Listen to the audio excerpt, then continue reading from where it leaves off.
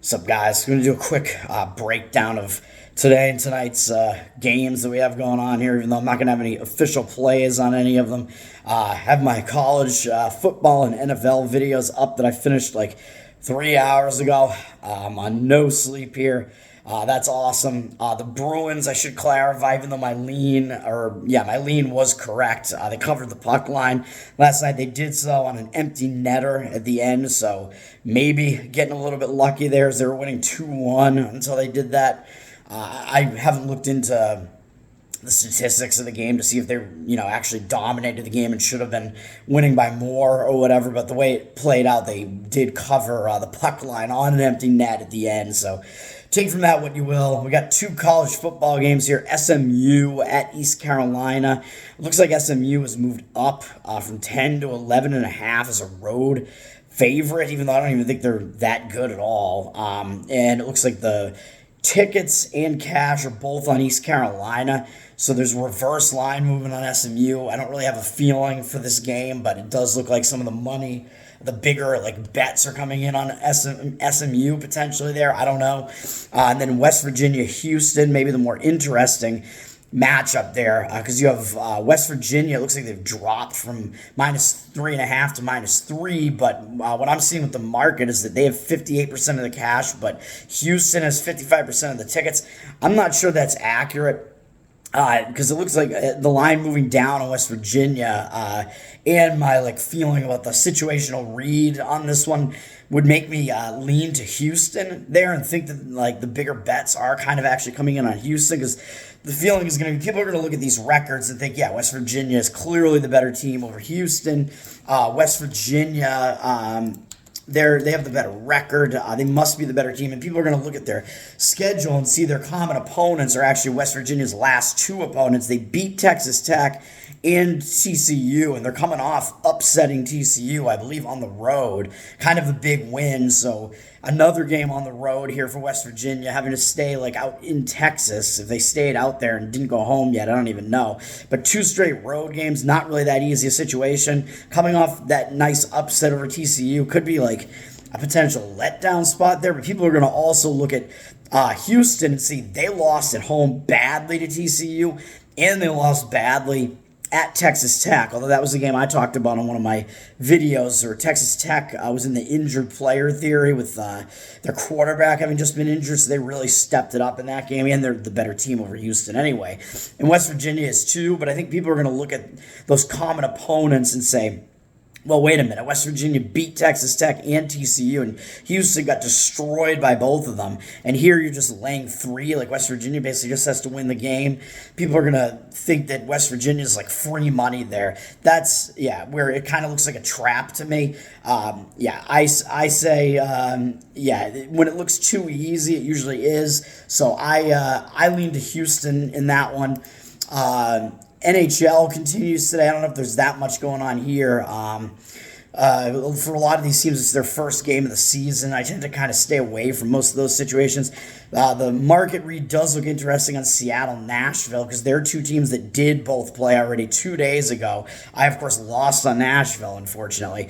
It looks like from my view here, it looks like Seattle has 92% of the tickets, but Nashville has 72% of the money, and the line on Nashville has moved up from -102 to -115. Not sure why exactly, although we know that Nashville, if Saros, their goaltender, is playing again today, he is a very good goalie, even though he didn't do that well in the first game that they played. But here it might be the feeling that, looking at what these teams did last year, where Seattle got into the playoffs and then they overperformed. I think they pulled off some upsets in the playoffs there, and they looked quite good. They made a run. So people are going to remember that and think Seattle, is the significantly better team than Nashville, who didn't make the playoffs last year, but Nashville almost made the playoffs. So I think Nashville continues to be a little bit undervalued here, really, and Seattle might be overvalued because of that run. Even though Seattle did get put in their place kind of in their first game against Vegas this year. So, the read would put me on Nashville there, looking at the market. Looks like Nashville would kind of be the side there.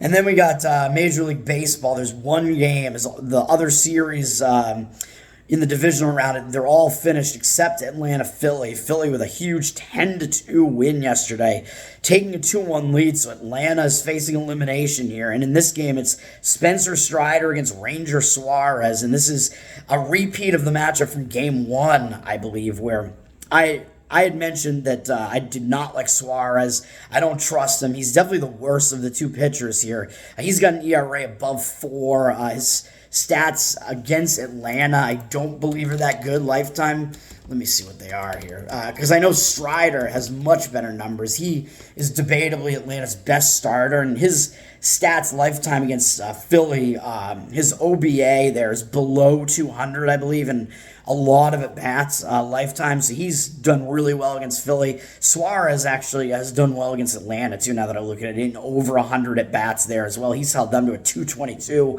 OBA, so he has actually done well. I don't trust him, though. His whip is, very high, 1.42, which indicates that his ERA should probably be even worse than the 4.18 that it is. Strider's metrics are definitely a lot better in general.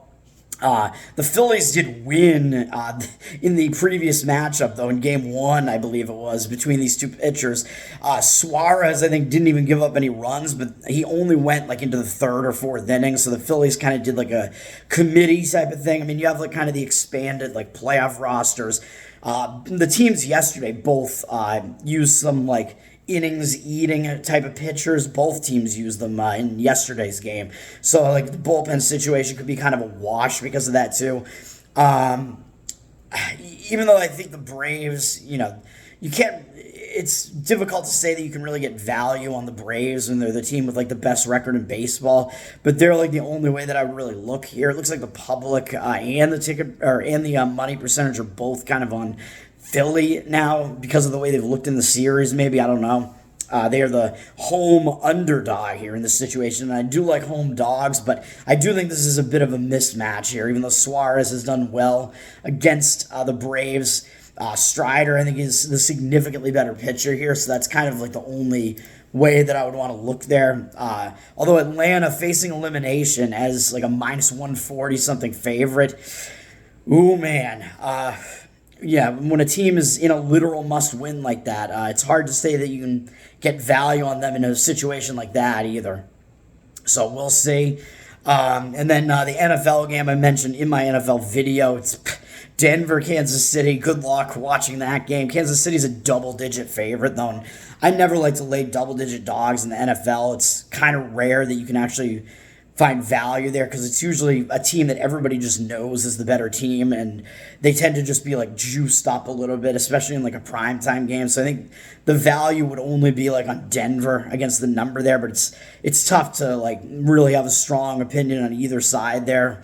I think Denver is capable of covering the 10.5 or whatever there. They can actually score this year, and Kansas City's offense has looked a little bit anemic at times, so that is the only way I would look there. Not a very interesting video today, I'm sorry, but I'm just breaking down the card as I see it, and I might just be taking the night off and relaxing a little bit. That's going to do it. Enjoy all the games. Go watch my football videos that I put up. I think those will be more interesting to you. Thank you. Peace.